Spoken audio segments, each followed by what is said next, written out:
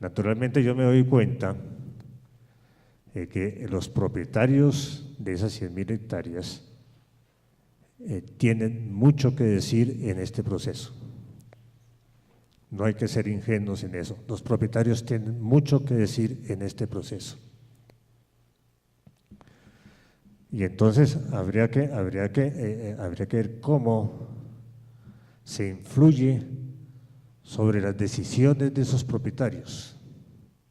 sobre cómo ven ellos sus mismas propiedades. Y ofrecerles alternativas. Y hay una alternativa que me parece muy curioso que no se haya desarrollado más en la cuenca superior, y es la alternativa forestal. Ayer en la reunión en que Planación Nacional presentó su estudio sobre el efecto del cambio climático sobre la productividad de algunos sectores, encontró que de los sectores estudiados, el único sector que teóricamente se puede favorecer con el cambio climático es el sector forestal. Eso que viene de la entidad de mayor importancia del país coincide con muchas de las cosas que se han venido diciendo desde hace muchos años,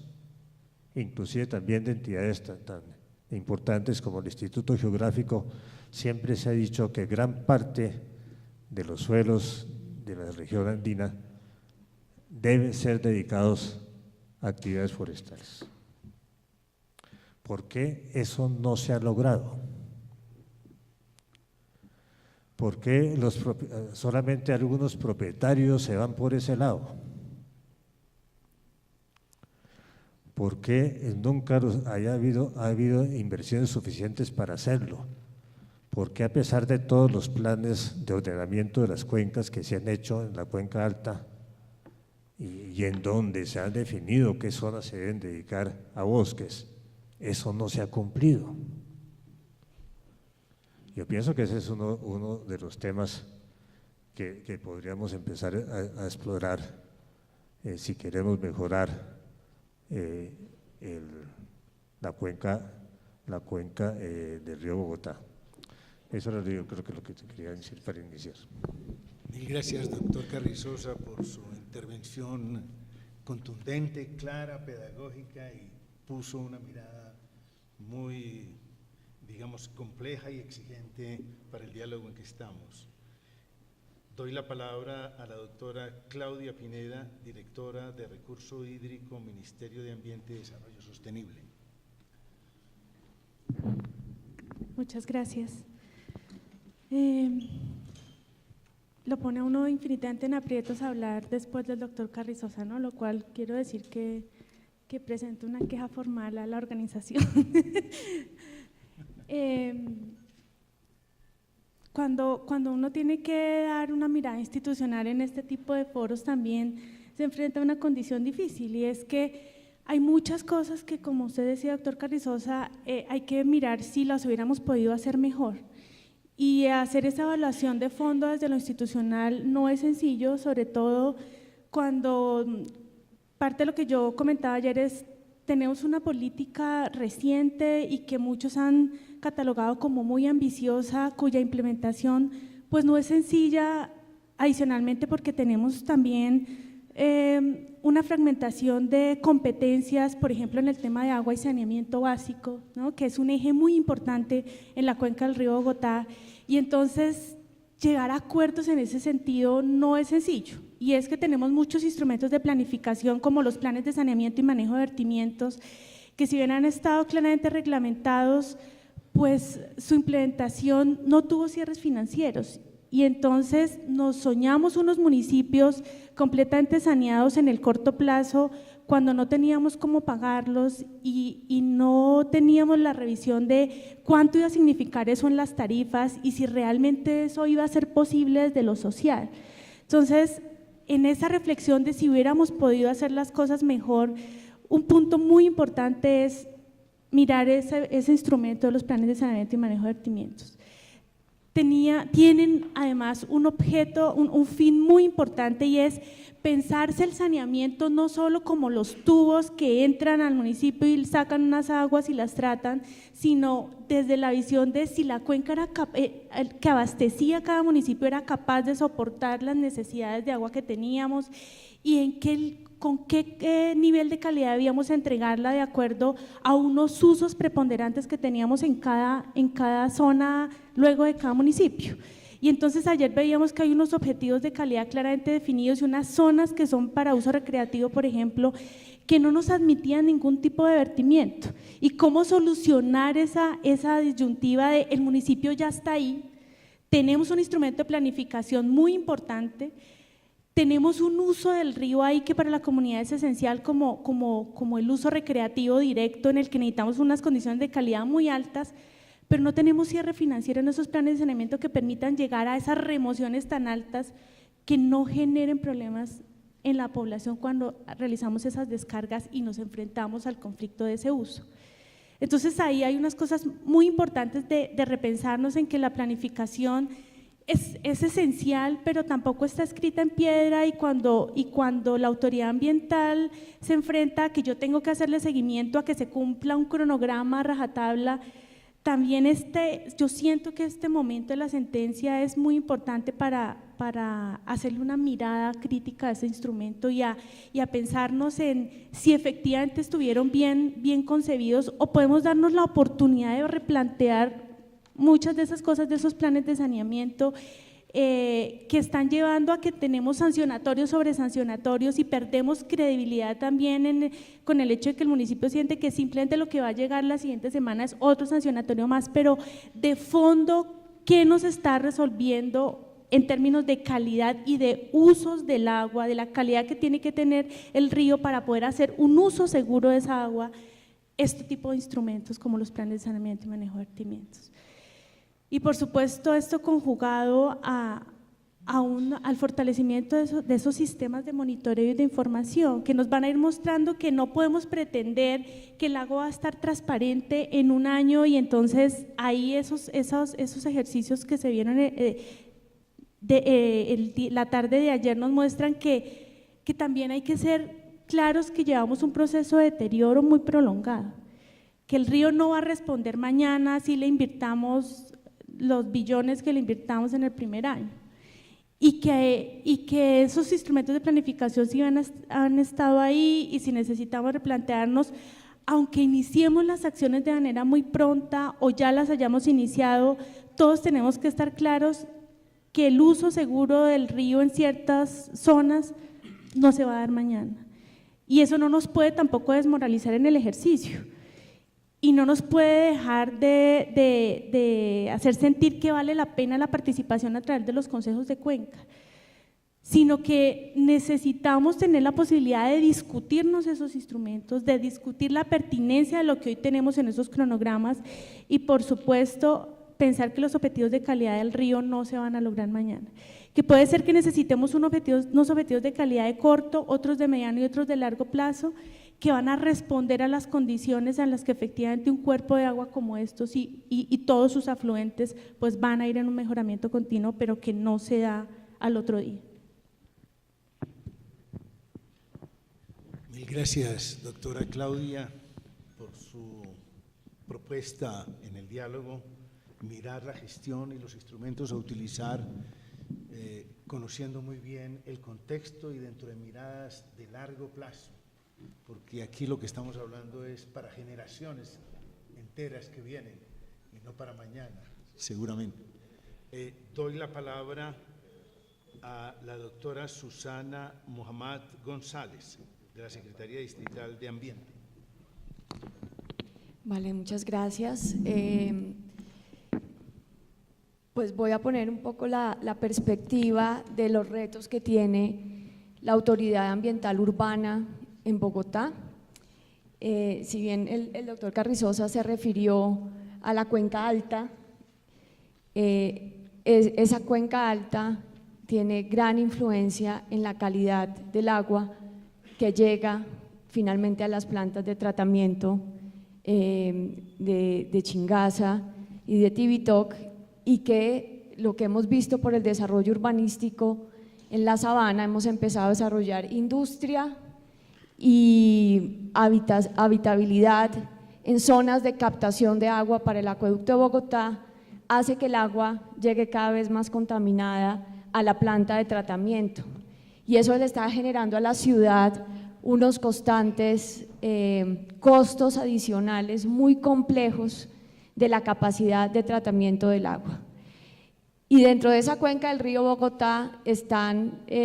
las microcuencas o subcuencas de los 4 ríos urbanos que atraviesan a la ciudad y que finalmente terminan llegando al río. La mayoría del agua que nosotros tomamos en Bogotá viene de la cuenca del Orinoco, más del 70%, y solo el 20% viene de la cuenca del río Bogotá.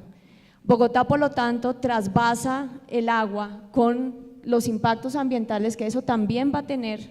hacia la cuenca del Orinoco, de esa zona, para poder tener agua potable, porque evidentemente de nuestra cuenca no podemos tomar suficiente agua. Entonces los ríos urbanos que pasan por Bogotá también constituyen otra mirada más específica y concreta de la situación que genera para millones de personas que viven cerca, en las rondas y a veces encima de los afluentes de los ríos que contribuyen al Tunjuelo, al Fucha, al río Torca y que desembocan en el río Bogotá finalmente. Y es la incapacidad que ha tenido la ciudad de construir un sistema de saneamiento que permita que no solo no contaminemos nuestros ríos urbanos, que ya tienen una afectación directa en términos de vectores, en términos de calidad ambiental, de residuos. Hemos convertido nuestros ríos urbanos en depósitos de escombros, en suelo para vivienda, en zonas de alto riesgo, y esa incapacidad y esa contaminación de esos ríos pues también contribuye obviamente a la contaminación del río Bogotá. ¿Y cuáles son los retos de una autoridad ambiental urbana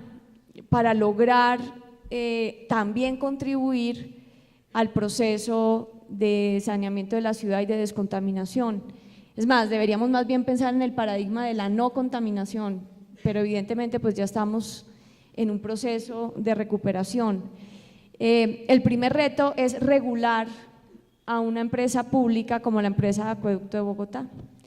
que es una empresa que tiene hoy más de 120 años y la experticia y capacidad de hacer esto, trasvasar agua del Orinoco para que más de 9 millones de habitantes, porque también suple a varios municipios de la sabana, puedan tener agua potable. Y la ciudad ha invertido más de 10 años en una infraestructura que yo creo que es más grande que la infraestructura que va a tener el Metro de Bogotá, en realizar todas las obras de interceptores debajo de la ciudad para poder captar todas las aguas residuales de la ciudad y poder conducirlas en este plan de saneamiento fallido que lleva más de 20 años en proceso, poder conducirlas a las plantas de tratamiento. Sin embargo, a pesar de tener esa infraestructura y tener ya una cuenca con saneamiento, que es la cuenca del Salitre, hoy los usuarios del norte de Bogotá, sus aguas servidas son canalizadas bajo tierra y son llevadas a la planta de tratamiento. Vemos que el río Salitre y el río Torca y sus afluentes siguen contaminados. Y aquí surge una pregunta que yo quiero dejar sobre el esquema de saneamiento, que digamos además es el esquema de saneamiento que la sentencia reafirma y que también es lógico porque se han realizado millonarias inversiones en ese proceso, y es si ese esquema realmente nos va a llevar a la descontaminación del río. ¿Por qué, a pesar que en el norte de la ciudad tenemos planta de tratamiento, tenemos los interceptores construidos, los afluentes y los ríos urbanos siguen contaminados y siguen llegando el agua contaminada al río Bogotá? Y las consecuencias que tienen los afluentes urbanos de estar contaminados por su afectación directa a millones de personas. Pues hemos encontrado que hay dos causas principales. Una es el tema de las conexiones erradas. El sistema de alcantarillado de Bogotá es un sistema complejísimo, construido en diferentes fases durante este proceso de desarrollo de la ciudad, y muchísimas construcciones, cientos de miles de construcciones urbanas, de edificios, de industrias, de residencias, no están en donde tenemos el acueducto separado, o sea, tenemos alcantarillado para el saneamiento y alcantarillado para las aguas lluvias, tenemos la conexión errada. Entonces, una industria o una residencia, unos edificios,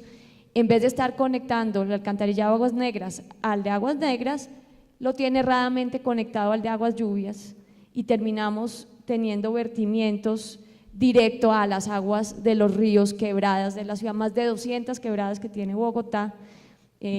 muchas enterradas hoy, y que termina vía esto llegando directamente a los humedales de la ciudad y también directamente a los ríos urbanos y por lo tanto al río Bogotá.